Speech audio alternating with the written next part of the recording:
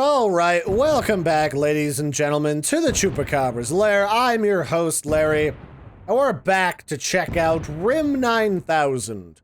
It's a bullet hell shooter made by Sonoshee, available for $6, that takes us into the far-flung future, where we are a space mercenary of sorts, or treasure hunter, and we're traveling to the moon in order to try and recover some lost artifacts, or some treasure that we're probably going to try and immediately sell on the black market.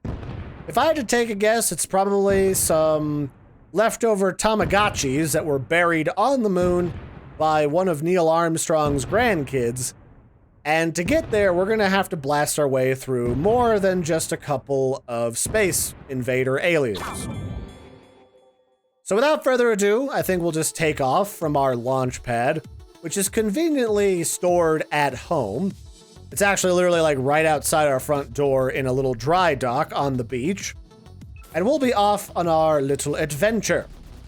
But first, before we can get into the space part of the space battles, we've got to exit the atmosphere.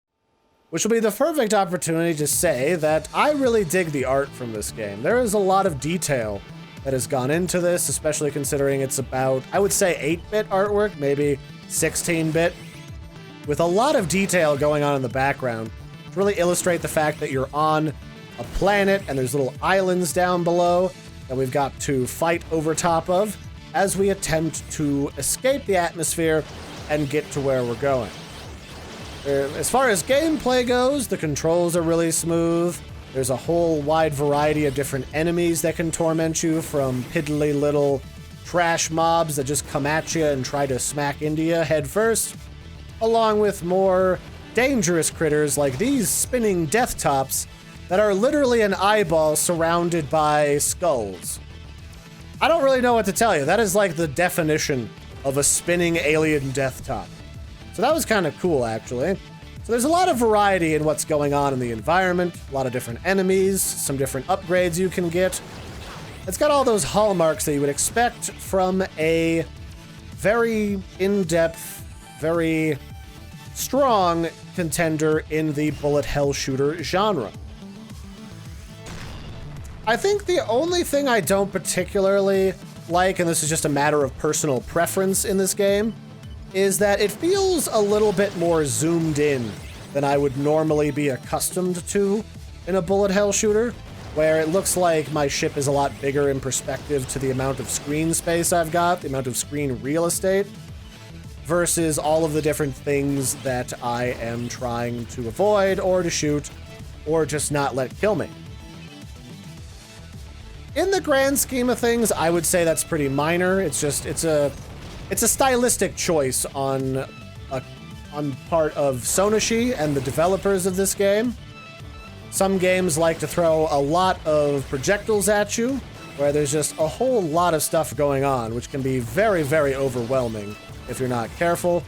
This game tends to go for quality over quantity of things that want to kill you, which I appreciate, along with giving you what I would describe as a more lenient amount of health for our spaceship. Most of these bullet hell shooters have been really difficult for me to fully enjoy because you get hit by literally anything and you just die and have to start over from scratch, which is a giant pain in the booty. Apparently I can't drive into this.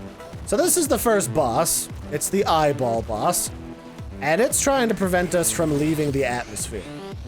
This is pretty much as far as I've gotten in the game.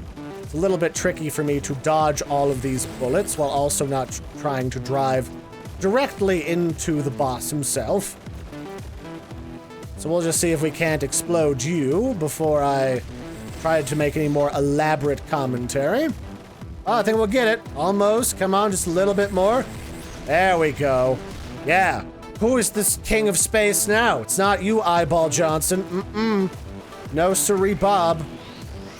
Okay, a little more concentration is required.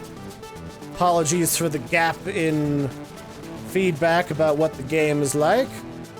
So yeah, I mean, I like the fact that the game doesn't just immediately kill you, because they try to go for quality dodging of bullets without trying to immediately make you dodge like a majillion things all at the same time.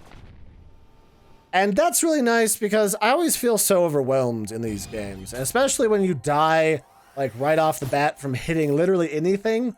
It gets really frustrating. So this allows you to learn a little bit quicker without immediately having to resort to pulling your own hair out. So I appreciate that. And that was a good touch in lieu of, say, like a difficulty slider, where you maybe can just play on like easy mode where there's less enemies that have less health and you yourself have more health. This is a more gradual learning curve where you can actually just figure things out as you go. And if you happen to explode a little bit, well, c'est la vie, c'est la vue, as they say. So this has actually been pretty good. I've thoroughly enjoyed this game so far that I've been playing for the first hour or two that I've had it. It's not too punishing. It's got just the right amount of variety in each of the levels to keep me interested with some good pixel art. And it also provides you with some different upgrades that you can get for your ship. So you get things like a split beam or a double laser beam to help you get through things without exploding. I think this would be definitely worth the $6 or so that you can get it for on Steam, especially if you are a particular fan of this genre of game. I know that I really enjoy these games, especially when you can get some redonkulous and ridiculous combinations of weapons going.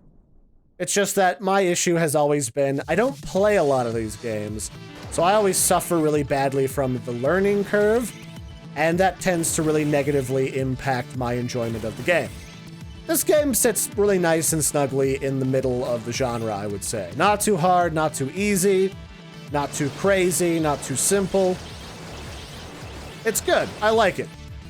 I like the amount of variety that they've got. It's not too much, it's not too little. And that's really about it. The controls are smooth, the art and graphics are gorgeous. And I think this is well worth your money. So check it out for yourselves. I will put the link to RIM 9000 in the video description below. You can check it out for yourselves and get blasted to pieces as you try to reach the moon and gather up all that sweet, sweet, delicious moon treasure for yourself. And I will catch you next time.